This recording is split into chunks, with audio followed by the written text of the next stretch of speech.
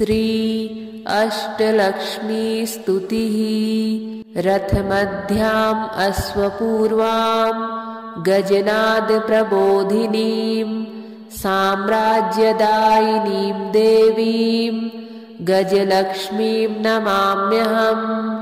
धनमग्निर्धनं वायुः धनं भूतानि पञ्च च प्रभूतैश्वर्यसन्धात्रीम् धनलक्ष्मीम् नमाम्यहम्। पृथ्वीगर्भसमुद्भिन्न नानाव्रीहिस्वरूपिणीम् पशुसम्पत्स्वरूपाम् च धान्यलक्ष्मीम् नमाम्यहम्। न मात्सर्यम् न च क्रोधो न भीतिर्न च भेदधिः यद्भक्तानां विनीतानां धैर्यलक्ष्मीं नमाम्यहम्। पुत्रपौत्रस्वरूपेण पशुभृत्यात्मना स्वयं सम्भवन्ती च सन्तान लक्ष्मीं देवीं नमाम्यहम्। नानाविज्ञानसन्धात्रीम् बुद्धिशुद्धिप्रदायिनीम् अमृतत्वप्रदात्रीं च विद्यालक्ष्मीं नमाम्यहम्। नित्यसौभाग्यसौशील्यम् वरलक्ष्मीं ददाति या प्रसन्नां स्त्रेण सुलभाम् आदिलक्ष्मीं नमाम्यहम्। सर्वशक्तिस्वरूपां च सर्वसिद्धिप्रदायिनीं सर्वेश्वरीं श्रीविजयलक्ष्मीं देवीं नमाम्यहम्। अष्टलक्ष्मीं समाहार स्वरूपां तां हरिप्रियां मोक्षलक्ष्मीं महालक्ष्मीं सर्वलक्ष्मीं नमाम्यहम्। दारिद्र्यदुःखहरणं समृद्धिमपि सम्पदां सच्चिदानन्दपूर्णत्वम् अष्टलक्ष्मीस्तुतेर्भवेत्।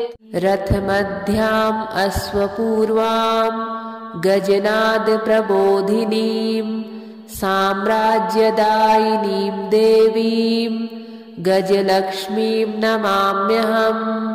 धनमग्निर्धनं वायुः धनं भूतानि पञ्च च प्रभूतैश्वर्यसन्धात्रीं धनलक्ष्मीं नमाम्यहम्। पृथ्वीगर्भसमुद्भिन्न नानाव्रीहिस्वरूपिणीं पशुसम्पत्स्वरूपां च धान्यलक्ष्मीं नमाम्यहम्। न मात्सर्यं न च क्रोधो न भीतिर्न च भेदधिः यद्भक्तानां विनीतानां धैर्यलक्ष्मीं नमाम्यहम्। पुत्रपौत्रस्वरूपेण पशुभृत्यात्मना स्वयं सम्भवन्ती च सन्तान लक्ष्मीं देवीं नमाम्यहम्। नानाविज्ञानसन्धात्रीम् बुद्धिशुद्धिप्रदायिनीम् अमृतत्वप्रदात्रीं च विद्यालक्ष्मीं नमाम्यहम्। नित्यसौभाग्यसौशील्यम् वरलक्ष्मीं ददाति या प्रसन्नां स्त्रेण सुलभाम् आदिलक्ष्मीं नमाम्यहम्। सर्वशक्तिस्वरूपां च सर्वसिद्धिप्रदायिनीं सर्वेश्वरीं श्रीविजयलक्ष्मीं देवीं नमाम्यहम्। अष्टलक्ष्मीं समाहार स्वरूपां तां हरिप्रियां मोक्षलक्ष्मीं महालक्ष्मीं सर्वलक्ष्मीं नमाम्यहम्। दारिद्र्यदुःखहरणं समृद्धिमपि सम्पदां सच्चिदानन्दपूर्णत्वम् अष्टलक्ष्मीस्तुतेर्भवेत्। रथमध्याम् अश्वपूर्वाम् गजनादप्रबोधिनीम् साम्राज्यदायिनीम् देवीम् गजलक्ष्मीम् नमाम्यहम्।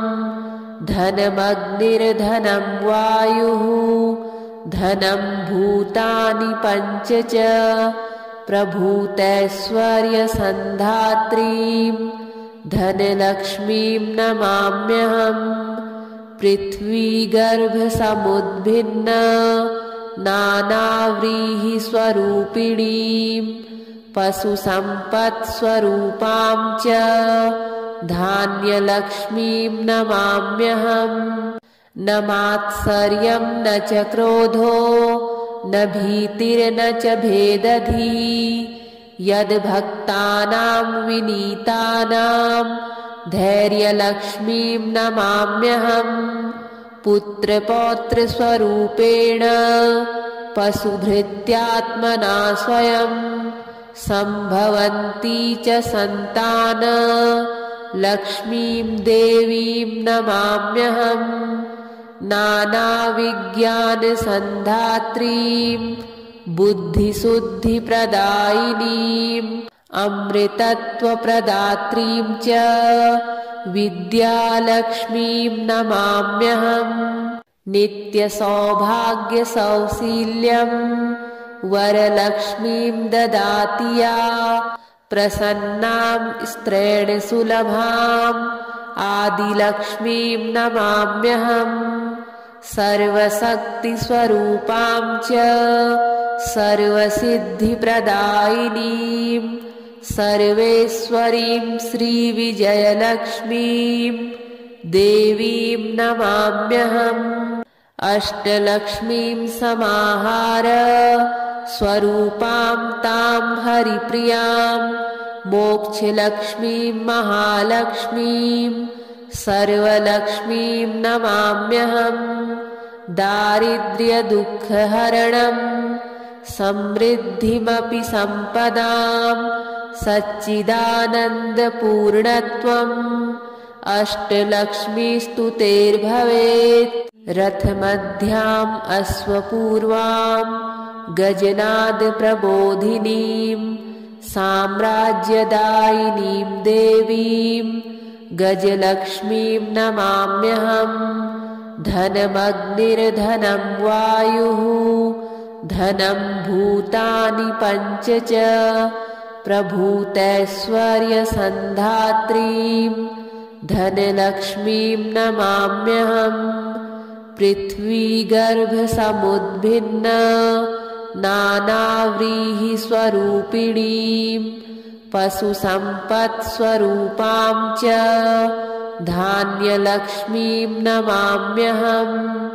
न मात्सर्यं न च क्रोधो न भीतिर्न च भेदधिः यद्भक्तानां विनीतानां धैर्यलक्ष्मीं नमाम्यहम्। पुत्रपौत्रस्वरूपेण पशुभृत्यात्मना स्वयं सम्भवन्ती च सन्तान लक्ष्मीं देवीं नमाम्यहम्। नानाविज्ञानसन्धात्रीं बुद्धिशुद्धिप्रदायिनीम् अमृतत्वप्रदात्रीं च विद्यालक्ष्मीं नमाम्यहम्। नित्यसौभाग्यसौशील्यं वरलक्ष्मीं ददाति या प्रसन्नां स्त्रेण सुलभाम् आदिलक्ष्मीं नमाम्यहम्। सर्वशक्तिस्वरूपां च सर्वसिद्धिप्रदायिनीं सर्वेश्वरीं श्रीविजयलक्ष्मीं देवीं नमाम्यहम्। अष्टलक्ष्मीं समाहार स्वरूपां तां हरिप्रियां मोक्षलक्ष्मीं महालक्ष्मीं सर्वलक्ष्मीं नमाम्यहम्। दारिद्र्यदुःखहरणं समृद्धिमपि सम्पदां सच्चिदानन्दपूर्णत्वम् अष्टलक्ष्मीस्तु तेर्भवेत्। रथमध्याम् अश्वपूर्वां गजनादप्रबोधिनीं साम्राज्यदायिनीं देवीं गजलक्ष्मीं नमाम्यहम्।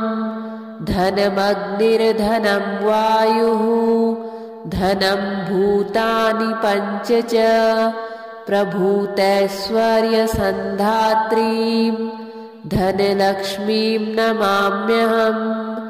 पृथ्वीगर्भसमुद्भिन्न नानाव्रीहिस्वरूपिणीं पशुसम्पत्स्वरूपां च धान्यलक्ष्मीं नमाम्यहम्। न मात्सर्यं न च क्रोधो न भीतिर्न च भेदधिः यद्भक्तानां विनीतानां धैर्यलक्ष्मीं नमाम्यहम्। पुत्रपौत्रस्वरूपेण पशुभृत्यात्मना स्वयं सम्भवन्ती च सन्तान लक्ष्मीं देवीं नमाम्यहम्। नानाविज्ञानसन्धात्रीं बुद्धिशुद्धिप्रदायिनीं अमृतत्वप्रदात्रीं च विद्यालक्ष्मीं नमाम्यहम्। नित्यसौभाग्यसौशील्यं वरलक्ष्मीं ददाति या प्रसन्नां स्त्रेण सुलभाम् आदिलक्ष्मीं नमाम्यहम्। सर्वशक्तिस्वरूपां च सर्वसिद्धिप्रदायिनीं सर्वेश्वरीं श्रीविजयलक्ष्मीं देवीं नमाम्यहम्। अष्टलक्ष्मीं समाहार स्वरूपां तां हरिप्रियां मोक्षलक्ष्मीं महालक्ष्मीं सर्वलक्ष्मीं नमाम्यहम्। दारिद्र्यदुःखहरणं समृद्धिमपि सम्पदां सच्चिदानन्दपूर्णत्वम् अष्टलक्ष्मीस्तु तेर्भवेत्। रथमध्याम् अश्वपूर्वां गजनादप्रबोधिनीं साम्राज्यदायिनीं देवीं गजलक्ष्मीं नमाम्यहम्। धनमग्निर्धनं वायुः धनं भूतानि पञ्च च प्रभूतैश्वर्यसन्धात्रीं धनलक्ष्मीं नमाम्यहम्। पृथ्वीगर्भसमुद्भिन्न नानाव्रीहिस्वरूपिणीं पशुसम्पत्स्वरूपां च धान्यलक्ष्मीं नमाम्यहम्। न मात्सर्यं न च क्रोधो न भीतिर्न च भेदधिः यद्भक्तानां विनीतानां धैर्यलक्ष्मीं नमाम्यहम्। पुत्रपौत्रस्वरूपेण पशुभृत्यात्मना स्वयं सम्भवन्ती च सन्तान लक्ष्मीं देवीं नमाम्यहम्। नानाविज्ञानसन्धात्रीं बुद्धिशुद्धिप्रदायिनीं अमृतत्वप्रदात्रीं च विद्यालक्ष्मीं नमाम्यहम्। नित्यसौभाग्यसौशील्यं वरलक्ष्मीं ददाति या प्रसन्नां स्त्रेण सुलभाम् आदिलक्ष्मीं नमाम्यहम्। सर्वशक्तिस्वरूपां च सर्वसिद्धिप्रदायिनीं सर्वेश्वरीं श्रीविजयलक्ष्मीं देवीं नमाम्यहम्। अष्टलक्ष्मीं समाहार स्वरूपां तां हरिप्रियां मोक्षलक्ष्मीं महालक्ष्मीं सर्वलक्ष्मीं नमाम्यहम्। दारिद्र्यदुःखहरणं समृद्धिमपि सम्पदां सच्चिदानन्दपूर्णत्वम् अष्टलक्ष्मीस्तु तेर्भवेत्। रथमध्याम् अश्वपूर्वां गजनादप्रबोधिनीं साम्राज्यदायिनीं देवीं गजलक्ष्मीं नमाम्यहम्। धनमग्निर्धनं वायुः धनं भूतानि पञ्च च प्रभूतैश्वर्यसन्धात्रीं धनलक्ष्मीं नमाम्यहम्। पृथ्वीगर्भसमुद्भिन्न नानाव्रीहिस्वरूपिणीं पशुसम्पत्स्वरूपां च धान्यलक्ष्मीं नमाम्यहम्। न मात्सर्यं न च क्रोधो न भीतिर्न च भेदधिः यद्भक्तानां विनीतानां धैर्यलक्ष्मीं नमाम्यहम्। पुत्रपौत्रस्वरूपेण पशुभृत्यात्मना स्वयं सम्भवन्ती च सन्तान लक्ष्मीं देवीं नमाम्यहम्। नानाविज्ञानसन्धात्रीं बुद्धिशुद्धिप्रदायिनीं अमृतत्वप्रदात्रीं च विद्यालक्ष्मीं नमाम्यहम्।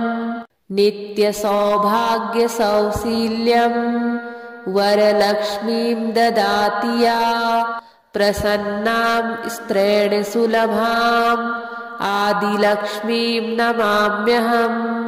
सर्वशक्तिस्वरूपां च सर्वसिद्धिप्रदायिनीं सर्वेश्वरीं श्रीविजयलक्ष्मीं देवीं नमाम्यहम्।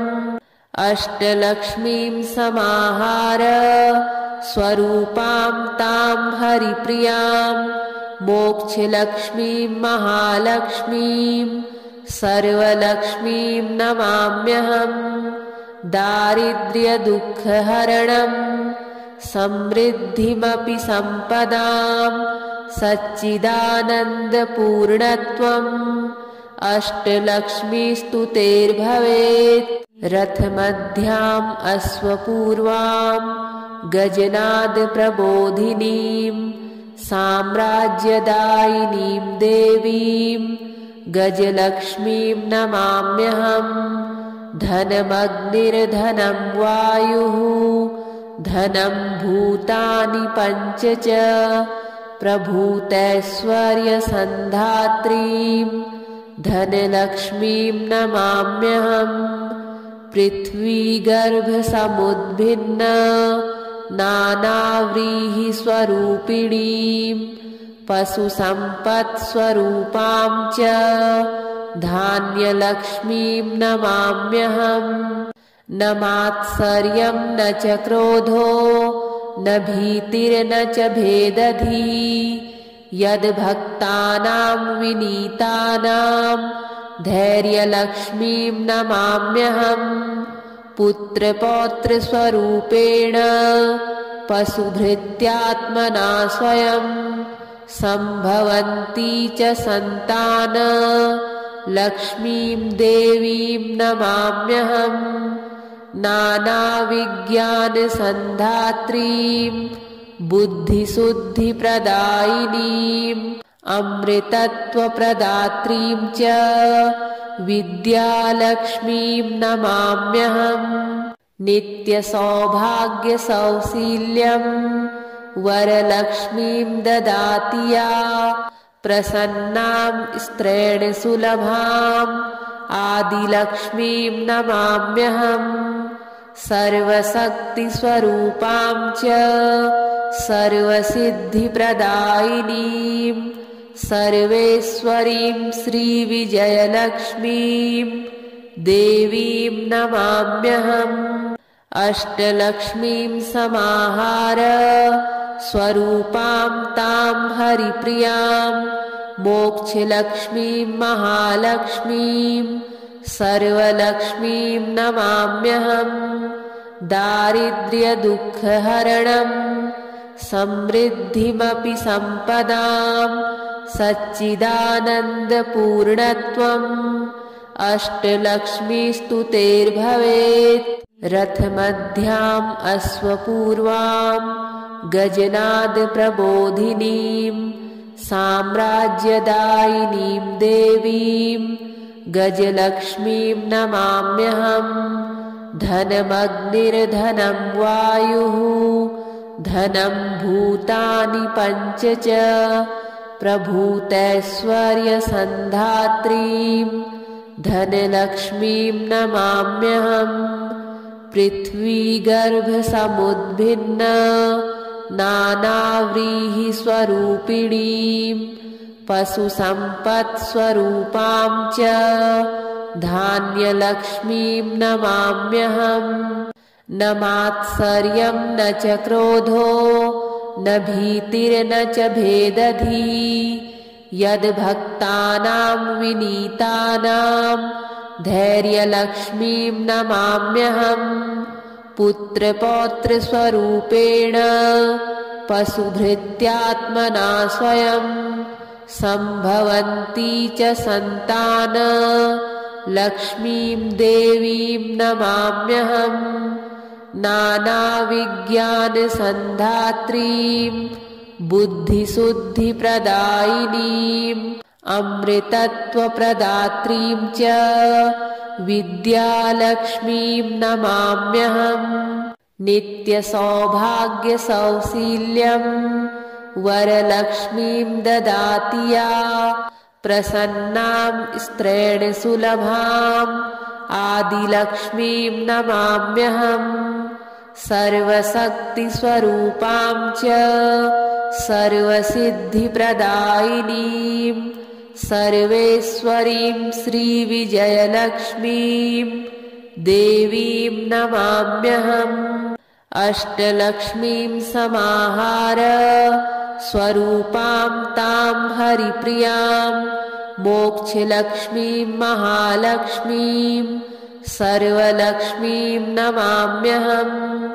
दारिद्र्यदुःखहरणं समृद्धिमपि सम्पदां सच्चिदानन्दपूर्णत्वम् अष्टलक्ष्मीस्तुतेर्भवेत्।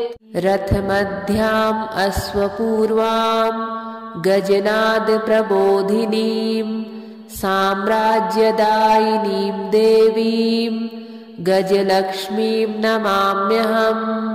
धनमग्निर्धनं वायुः धनं भूतानि पञ्च च प्रभूतैश्वर्यसन्धात्रीं धनलक्ष्मीं नमाम्यहम्। पृथ्वीगर्भसमुद्भिन्न नानाव्रीहिस्वरूपिणीं पशुसम्पत्स्वरूपां च धान्यलक्ष्मीं नमाम्यहम्। न मात्सर्यं न च क्रोधो न भीतिर्न च भेदधिः यद्भक्तानां विनीतानां धैर्यलक्ष्मीं नमाम्यहम्। पुत्रपौत्रस्वरूपेण पशुभृत्यात्मना स्वयं सम्भवन्ती च सन्तान लक्ष्मीं देवीं नमाम्यहम्। नानाविज्ञानसन्धात्रीं बुद्धिशुद्धिप्रदायिनीं अमृतत्वप्रदात्रीं च विद्यालक्ष्मीं नमाम्यहम्। नित्यसौभाग्यसौशील्यं वरलक्ष्मीं ददाति या प्रसन्नां स्त्रेण सुलभाम् आदिलक्ष्मीं नमाम्यहम्। सर्वशक्तिस्वरूपां च सर्वसिद्धिप्रदायिनीं सर्वेश्वरीं श्रीविजयलक्ष्मीं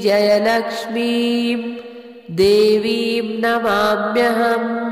अष्टलक्ष्मीं समाहार स्वरूपां तां हरिप्रियां मोक्षलक्ष्मीं महालक्ष्मीं सर्वलक्ष्मीं नमाम्यहम्।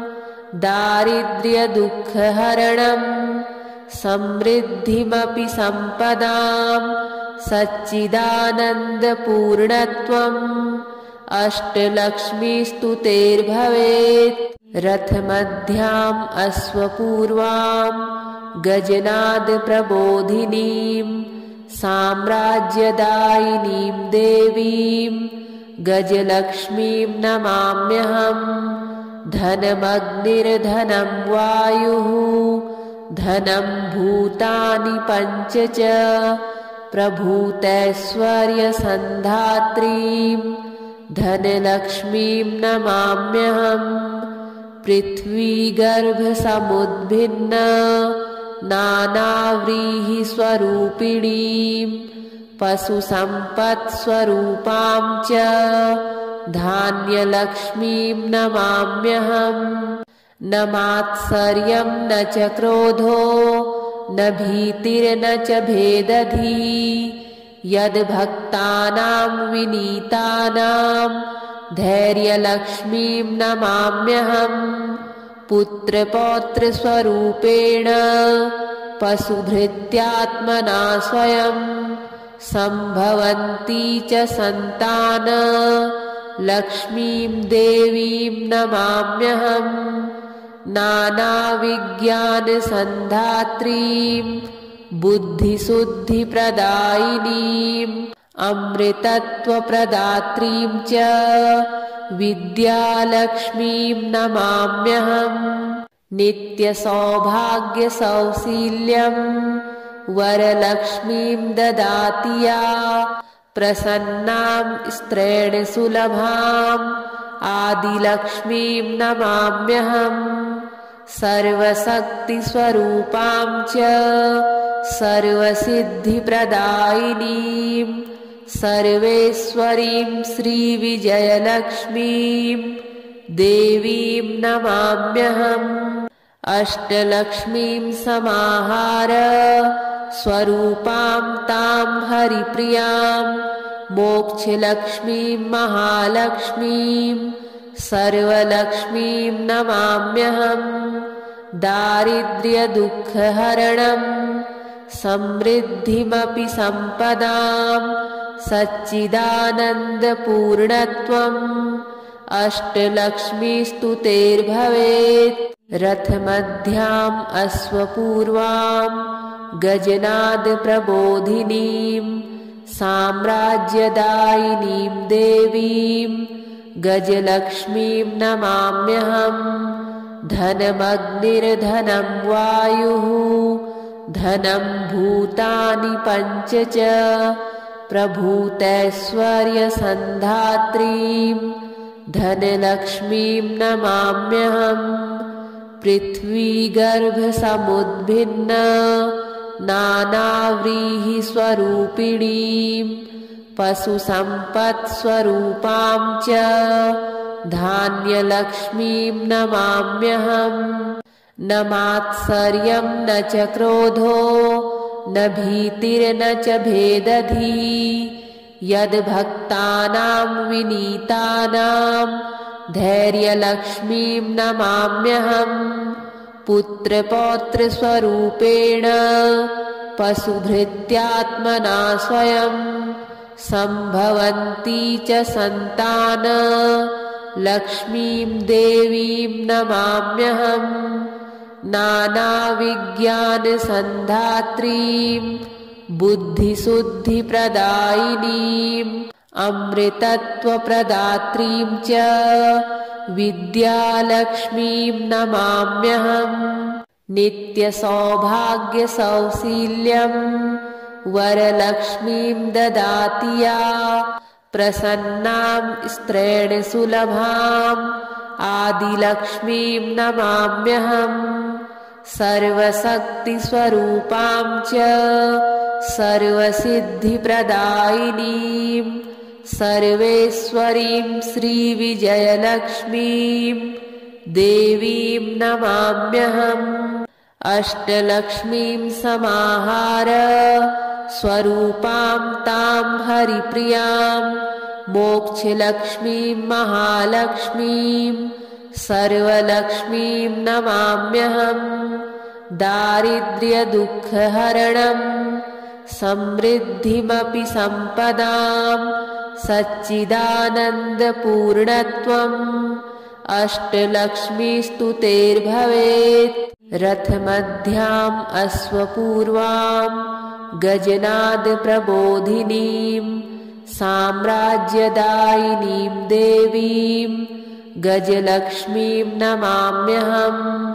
धनमग्निर्धनं वायुः धनं भूतानि पञ्च च प्रभूतैश्वर्यसन्धात्रीं धनलक्ष्मीं नमाम्यहम्। पृथ्वीगर्भसमुद्भिन्न नानाव्रीहिस्वरूपिणीं पशुसम्पत्स्वरूपां च धान्यलक्ष्मीं नमाम्यहम्।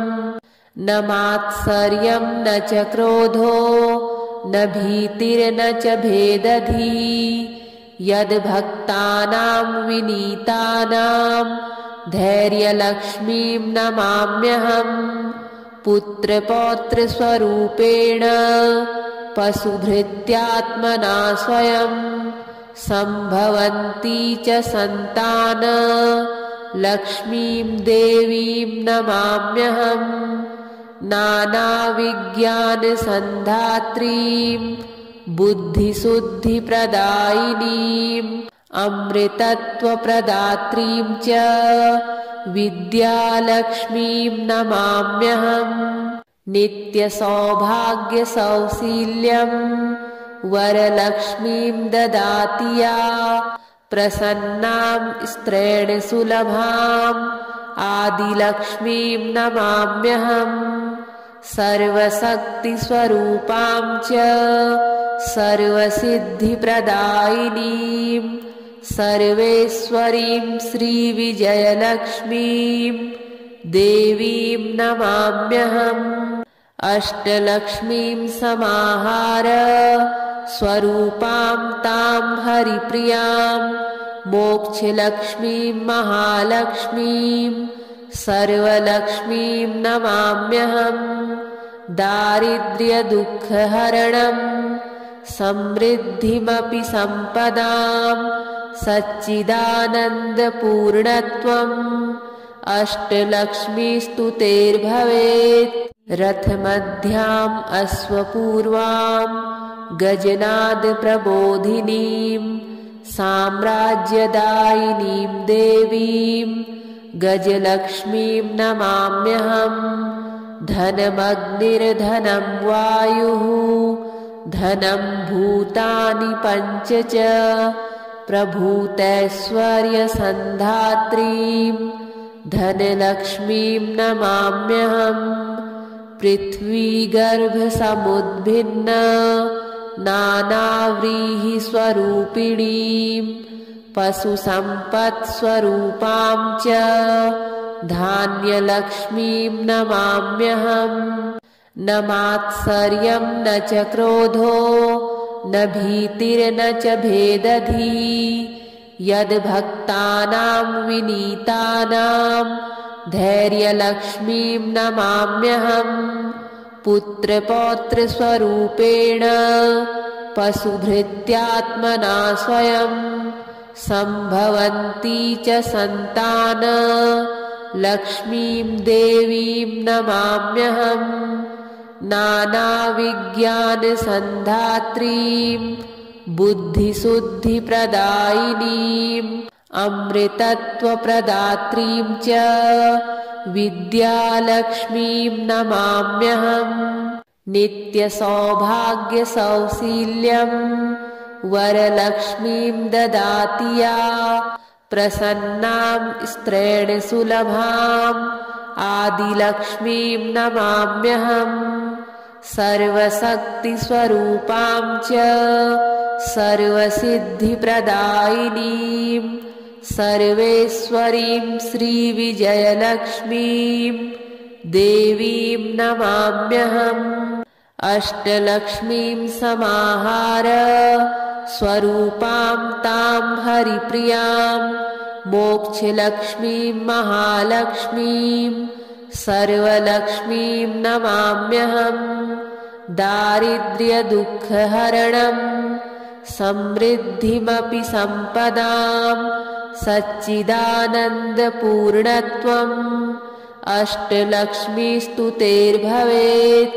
रथमध्याम् अश्वपूर्वां गजनादप्रबोधिनीं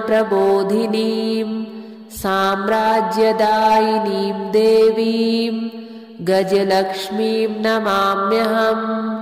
धनमग्निर्धनं वायुः धनं भूतानि पञ्च च प्रभूतैश्वर्यसन्धात्रीं धनलक्ष्मीं नमाम्यहम्। पृथ्वीगर्भसमुद्भिन्न नानाव्रीहिस्वरूपिणीं पशुसम्पत्स्वरूपां च धान्यलक्ष्मीं नमाम्यहम्। न मात्सर्यं न च क्रोधो न भीतिर्न च भेदधिः यद्भक्तानां विनीतानां धैर्यलक्ष्मीं नमाम्यहम्। पुत्रपौत्रस्वरूपेण पशुभृत्यात्मना स्वयं सम्भवन्ती च सन्तान लक्ष्मीं देवीं नमाम्यहम्।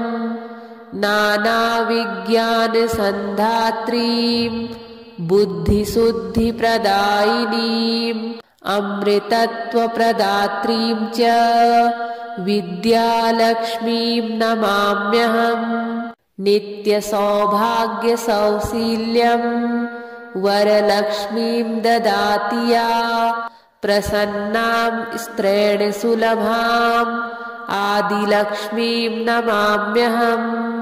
सर्वशक्तिस्वरूपां च सर्वसिद्धिप्रदायिनीं सर्वेश्वरीं श्रीविजयलक्ष्मीं देवीं नमाम्यहम्। अष्टलक्ष्मीं समाहार स्वरूपां तां हरिप्रियां मोक्षलक्ष्मीं महालक्ष्मीं सर्वलक्ष्मीं नमाम्यहम्। दारिद्र्यदुःखहरणं समृद्धिमपि सम्पदां सच्चिदानन्दपूर्णत्वम् अष्टलक्ष्मीस्तु तेर्भवेत्। रथमध्याम् अश्वपूर्वां गजनादप्रबोधिनीं साम्राज्यदायिनीं देवीं गजलक्ष्मीं नमाम्यहम्। धनमग्निर्धनं वायुः धनं भूतानि पञ्च च प्रभूतैश्वर्यसन्धात्रीं धनलक्ष्मीं नमाम्यहम्। पृथ्वीगर्भसमुद्भिन्न नानाव्रीहिस्वरूपिणीं पशुसम्पत्स्वरूपां च धान्यलक्ष्मीं नमाम्यहम्। न मात्सर्यं न च क्रोधो न भीतिर्न च भेदधिः यद्भक्तानां विनीतानां धैर्यलक्ष्मीं नमाम्यहम्। पुत्रपौत्रस्वरूपेण पशुभृत्यात्मना स्वयं सम्भवन्ती च सन्तान लक्ष्मीं देवीं नमाम्यहम्। नानाविज्ञानसन्धात्रीं बुद्धिशुद्धिप्रदायिनीं अमृतत्वप्रदात्रीं च विद्यालक्ष्मीं नमाम्यहम्। नित्यसौभाग्यसौशील्यं वरलक्ष्मीं ददाति या प्रसन्नां स्त्रेण सुलभाम् आदिलक्ष्मीं नमाम्यहम्। सर्वशक्तिस्वरूपां च सर्वसिद्धिप्रदायिनीं सर्वेश्वरीं श्रीविजयलक्ष्मीं देवीं नमाम्यहम् अष्टलक्ष्मीं समाहार स्वरूपां तां हरिप्रियां मोक्षलक्ष्मीं महालक्ष्मीं सर्वलक्ष्मीं नमाम्यहम् दारिद्र्यदुःखहरणं समृद्धिमपि सम्पदां सच्चिदानन्दपूर्णत्वम् अष्टलक्ष्मीस्तुतेर्भवेत् रथमध्याम् अश्वपूर्वां गजनादप्रबोधिनीं साम्राज्यदायिनीं देवीं गजलक्ष्मीं नमाम्यहम् धनमग्निर्धनं वायुः धनं भूतानि पञ्च च प्रभूतैश्वर्यसन्धात्रीं धनलक्ष्मीं नमाम्यहम् पृथ्वीगर्भसमुद्भिन्न नानाव्रीहिस्वरूपिणीं पशुसम्पत्स्वरूपां च धान्यलक्ष्मीं नमाम्यहम् न मात्सर्यं न च क्रोधो न भीतिर्न च भेदधिः यद्भक्तानां विनीतानां धैर्यलक्ष्मीं नमाम्यहम् पुत्रपौत्रस्वरूपेण पशुभृत्यात्मना स्वयं सम्भवन्ती च सन्तान लक्ष्मीं देवीं नमाम्यहम् नानाविज्ञानसन्धात्रीं बुद्धिशुद्धिप्रदायिनीं अमृतत्वप्रदात्रीं च विद्यालक्ष्मीं नमाम्यहम् नित्यसौभाग्यसौशील्यं वरलक्ष्मीं ददाति या प्रसन्नां स्त्रेण सुलभाम् आदिलक्ष्मीं नमाम्यहम् सर्वशक्तिस्वरूपां च सर्वसिद्धिप्रदायिनीं सर्वेश्वरीं श्रीविजयलक्ष्मीं देवीं नमाम्यहम् अष्टलक्ष्मीं समाहार स्वरूपां तां हरिप्रियां मोक्षलक्ष्मीं महालक्ष्मीं सर्वलक्ष्मीं नमाम्यहम् दारिद्र्यदुःखहरणं समृद्धिमपि सम्पदां सच्चिदानन्दपूर्णत्वम् अष्टलक्ष्मीस्तुतेर्भवेत् रथमध्याम् अश्वपूर्वां गजनादप्रबोधिनीं साम्राज्यदायिनीं देवीं गजलक्ष्मीं नमाम्यहम् धनमग्निर्धनं वायुः धनं भूतानि पञ्च च प्रभूतैश्वर्यसन्धात्रीं धनलक्ष्मीं नमाम्यहम् पृथ्वीगर्भसमुद्भिन्न नानाव्रीहिस्वरूपिणीं पशुसम्पत्स्वरूपां च धान्यलक्ष्मीं नमाम्यहम् न मात्सर्यं न च क्रोधो न भीतिर्न च भेदधिः यद्भक्तानां विनीतानां धैर्यलक्ष्मीं नमाम्यहम् पुत्रपौत्रस्वरूपेण पशुभृत्यात्मना स्वयं सम्भवन्ती च सन्तान लक्ष्मीं देवीं नमाम्यहम् नानाविज्ञानसन्धात्रीं बुद्धिशुद्धिप्रदायिनीं अमृतत्वप्रदात्रीं च विद्यालक्ष्मीं नमाम्यहम् नित्यसौभाग्यसौशील्यं वरलक्ष्मीं ददाति या प्रसन्नां स्त्रेण सुलभाम् आदिलक्ष्मीं नमाम्यहम् सर्वशक्तिस्वरूपां च सर्वसिद्धिप्रदायिनीं सर्वेश्वरीं श्रीविजयलक्ष्मीं देवीं नमाम्यहम्। अष्टलक्ष्मीं समाहार स्वरूपां तां हरिप्रियां मोक्षलक्ष्मीं महालक्ष्मीं सर्वलक्ष्मीं नमाम्यहम्। दारिद्र्यदुःखहरणं समृद्धिमपि सम्पदां सच्चिदानन्दपूर्णत्वम् अष्टलक्ष्मीस्तुतेर्भवेत्। रथमध्याम् अश्वपूर्वां गजनादप्रबोधिनीं साम्राज्यदायिनीं देवीं गजलक्ष्मीं नमाम्यहम्। धनमग्निर्धनं वायुः धनं भूतानि पञ्च च प्रभूतैश्वर्यसन्धात्रीं धनलक्ष्मीं नमाम्यहम्। पृथ्वीगर्भसमुद्भिन्न नानाव्रीहिस्वरूपिणीं पशुसम्पत्स्वरूपां च धान्यलक्ष्मीं नमाम्यहम्। न मात्सर्यं न च क्रोधो न भीतिर्न च भेदधिः यद्भक्तानां विनीतानां धैर्यलक्ष्मीं नमाम्यहम्। पुत्रपौत्रस्वरूपेण पशुभृत्यात्मना स्वयं सम्भवन्ती च सन्तान लक्ष्मीं देवीं नमाम्यहम्। नानाविज्ञानसन्धात्रीं बुद्धिशुद्धिप्रदायिनीं अमृतत्वप्रदात्रीं च विद्यालक्ष्मीं नमाम्यहम्।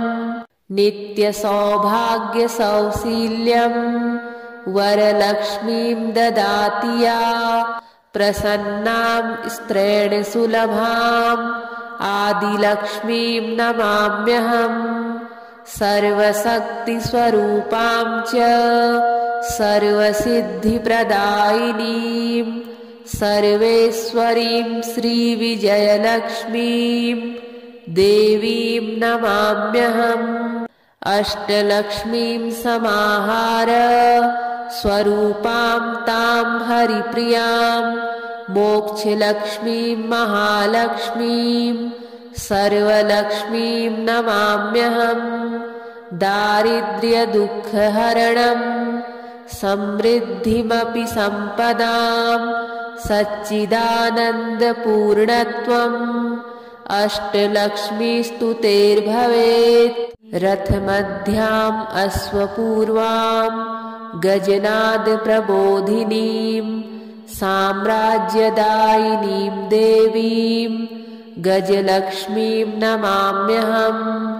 धनमग्निर्धनं वायुः धनं भूतानि पञ्च च प्रभूतैश्वर्यसन्धात्रीं धनलक्ष्मीं नमाम्यहम्।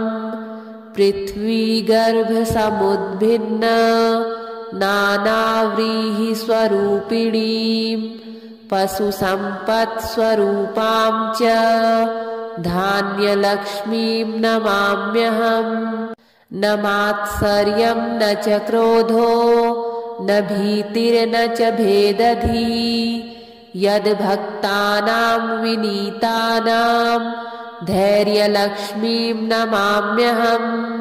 पुत्रपौत्रस्वरूपेण पशुभृत्यात्मना स्वयं सम्भवन्ती च सन्तान लक्ष्मीं देवीं नमाम्यहम्। नानाविज्ञानसन्धात्रीं बुद्धिशुद्धिप्रदायिनीं अमृतत्वप्रदात्रीं च विद्यालक्ष्मीं नमाम्यहम्। नित्यसौभाग्यसौशील्यं वरलक्ष्मीं ददाति या प्रसन्नां स्त्रेण सुलभाम् आदिलक्ष्मीं नमाम्यहम्। सर्वशक्तिस्वरूपां च सर्वसिद्धिप्रदायिनीं सर्वेश्वरीं श्रीविजयलक्ष्मीं देवीं नमाम्यहम्।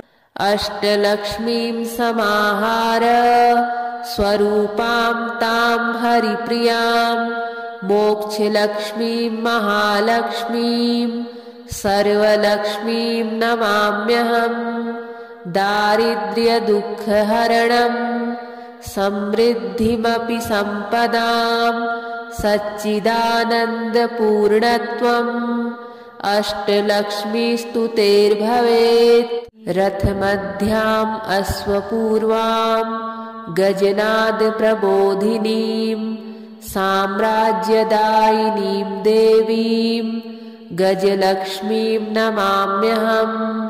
धनमग्निर्धनं वायुः धनं भूतानि पञ्च च प्रभूतैश्वर्यसन्धात्रीं धनलक्ष्मीं नमाम्यहम्।